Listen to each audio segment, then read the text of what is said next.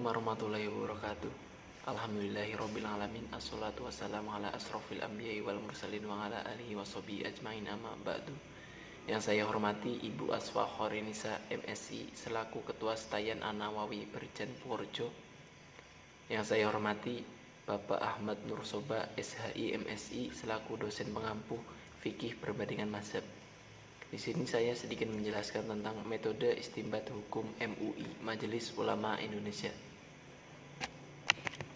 Masuk ke latar belakang metode istinbat hukum MUI. Pada zaman sekarang, teknologi yang serba canggih, persoalan-persoalan yang dihadapi umat manusia semakin bertambah dan kompleks, sering dengan perkembangan zaman sehingga usaha-usaha istinbat hukum terus berlanjut.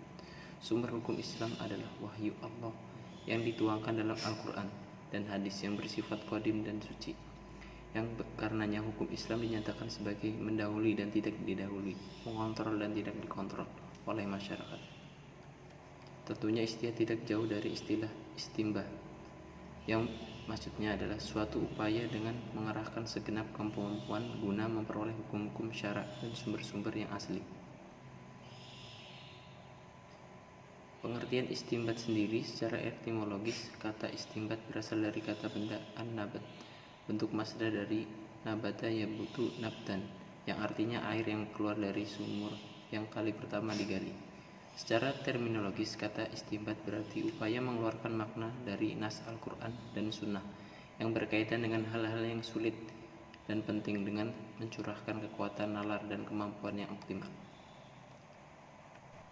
Sedangkan dalam ilmu usul fikih, Imam Al-Jurjani mendefinisikan sebagai berikut: mengeluarkan makna-makna dari nas-nas Al-Quran atau Sunnah dengan menggerakkan segenap kemampuan dan potensi yang dimiliki.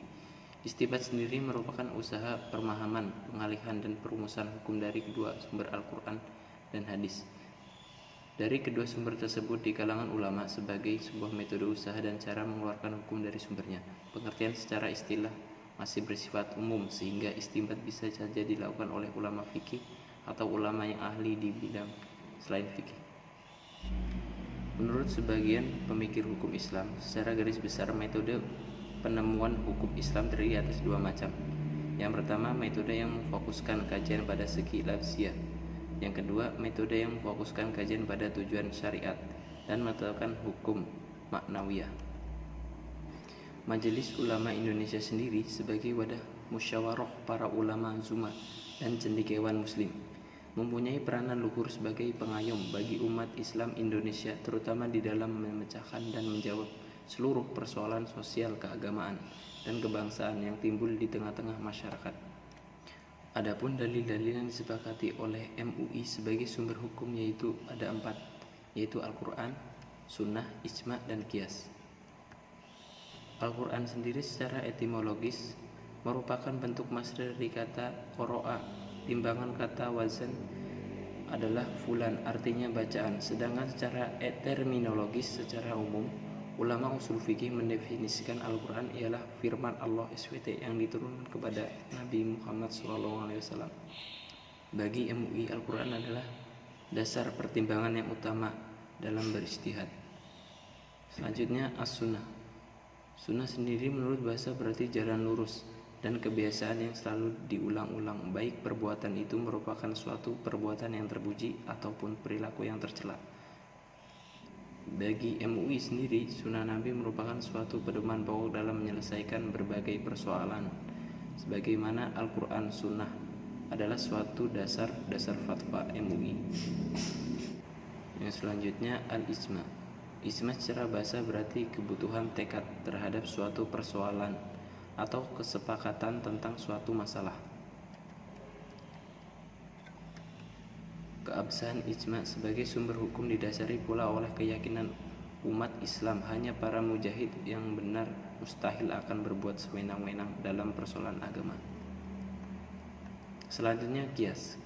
Qiyas sendiri secara etimologis berarti qadar atau ukuran bandingan.